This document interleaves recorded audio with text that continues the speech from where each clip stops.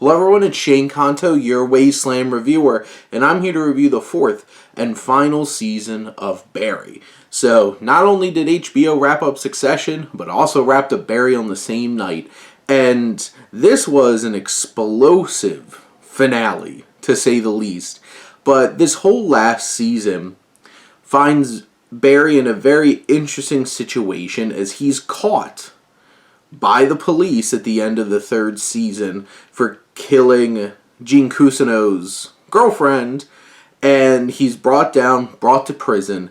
And what's so fascinating about this last season is how it utilizes a jump and how time is leveraged to create a fascinating new perspective on all of the events and the characters and what's going on.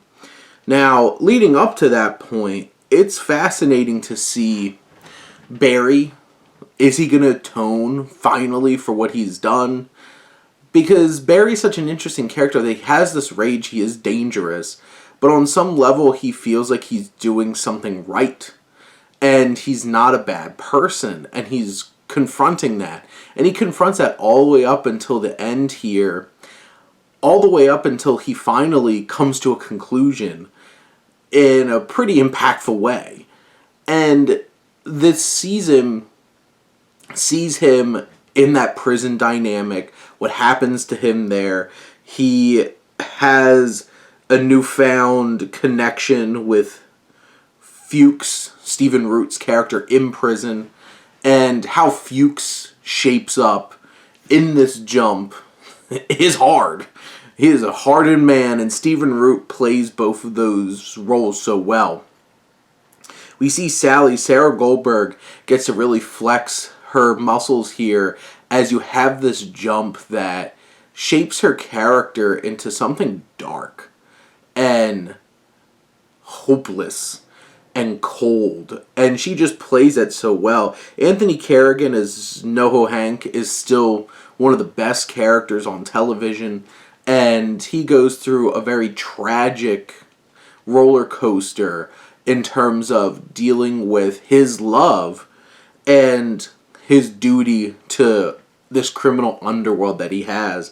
And the descent of Gene Cousineau and how it's portrayed by Henry Winkler in this season is just miraculous. And Winkler is so fantastic. I would probably argue this is probably the best acting Henry Winkler has ever done in his career, which is so fascinating to think about that it's happening in the 2020s. And this show is really anchored by Bill Hader in so many ways because his performance as Barry has so many layers and complexities and emotions to it, but his direction, what he's come into as a director on this show, is fascinating. His ability to build tension and work with his cinematographers to really create a look and a feel to things is absolutely fascinating. And Carl Hurst is the cinematographer who does the whole last season, and his collaboration with Bill Hader makes for some of the most strikingly gorgeous and haunting television I think I've ever seen. This is only Breaking Bad level. And just Hader has shown what he can do. He can produce the laughs. He can produce the horror. There's some horrifying moments in this last season. And the finale really brings them all home to roost.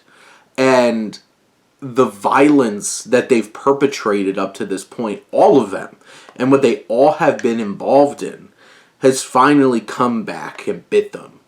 And how each of these characters live or die in the end is fascinating, and how it plays out in such a shocking and brutal way. The last episode is, I feel like, the perfect culmination of everything.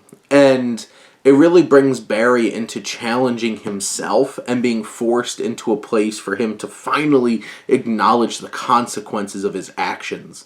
And this is such a engrossing and impactful and violent and funny series, and this last season brings it all together. This is a much darker season. There's not as many laughs, but it's still so effective in the way that it all plays out and pulls together to deliver one incredible final season and final episode to an incredible show. So if you haven't watched Barry, now you can watch all 4 seasons, 8 episodes apiece, right there on Max. God, Max. But those are my thoughts on Barry Season 4. Let me know what you think, and let's talk some TV. But thank you as always for tuning in and supporting your Wasteland Reviewer.